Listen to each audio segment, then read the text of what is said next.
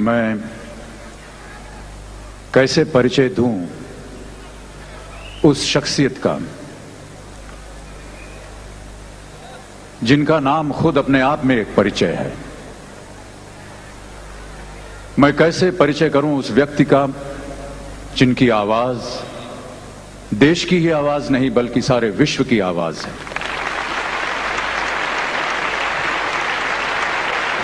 निस्संदेह एक ऐसी आवाज जिसे सही मानों में वॉइस ऑफ द मिलेनियम कहा जाना चाहिए।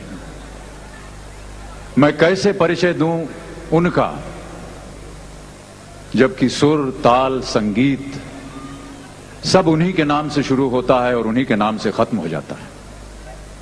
मैं कैसे परिचय दूं उनका जिन्होंने विश्व भर में अनगिनत खिताब पाए हैं, अनगिनत रिकॉर्ड्स कायम किए हैं। इस अमूल्य रत्न का मूल्य कैसे किया जाए?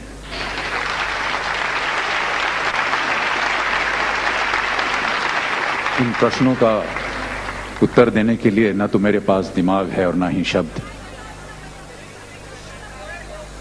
हमारे पड़ोसी मुल्क के लोग जब कभी हमसे मिलते हैं तो कहा करते हैं कि हमारे पास वो सब कुछ है जो आपके पास भारत में है, बस दो चीजें नहीं हैं, ताजमहल और लता मंगेशकर।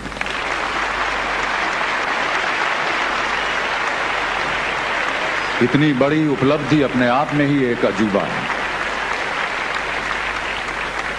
परंतु अपनी छोटी सी हैसियत में लता जी के गुणों का वर्णन करने के लिए मैं प्रयत्न करना चाहता हूं। धृष्टता के लिए लता जी मुझे क्षमा करें। पता नहीं आप लोगों ने कभी सितार को नजदीक से या करीब से देखा है या नहीं। सितार के ऊपर कई एक प्रमुख तारें होती हैं जिसे खींचने से और उस पर उंगलियां फिराने से सितार बज उठता है, उसमें से सुर निकलती है, आवाज निकलती है। इन प्रमुख तारों के नीचे भी 10-12 और तारें होती हैं, कुछ पतली सी, जिन्हें कि आमतौर पर सिंपैथेटिक स्ट्रिंग्स कहा जाता है। और जब कभी भी सितार वादक इनकी धुन, इनकी ध्वनि सुनना चाहता है तो वो अपनी छोटी उंगली से उन्हें छेड़ता है और उनमें से ध्वनि निकलती है।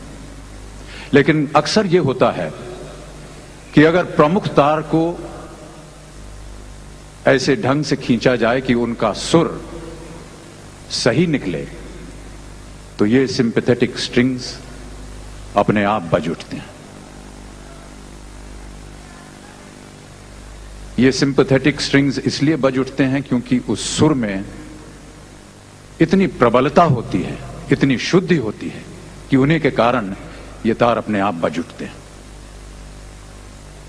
लता जी के सुर में, लता जी के गायन में, लता जी की आवाज में मेरा ऐसा मानना है कि इतनी प्रबलता है, इतनी शुद्धि है कि वो मनुष्य की आत्मा के तारों को झंकृत कर देती है।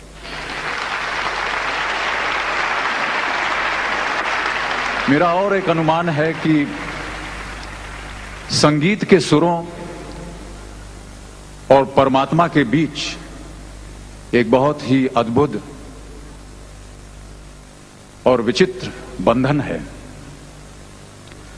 और यदि कोई ऐसी डोर है या कोई ऐसा तार है जो मनुष्य की आत्मा को परमात्मा के साथ बांधता है, जोड़ता है, तो उस डोर, उस तार का नाम है लता मंगेशकर। देवियों और सज्जनों, साक्षात सरस्वती के इस रूप को मैं शत शत प्रणाम करता हूं और बड़े ही विनम्र भाव से आग्रह करता हूं, आमंत्रित करता हूं कि लता जी हमारे समक्ष आए और हमारे और आपकी आत्माओं को परमात्मा के साथ बांधें। देवियों और सज्जनों, आदरणीय लता मंगेशकर जी।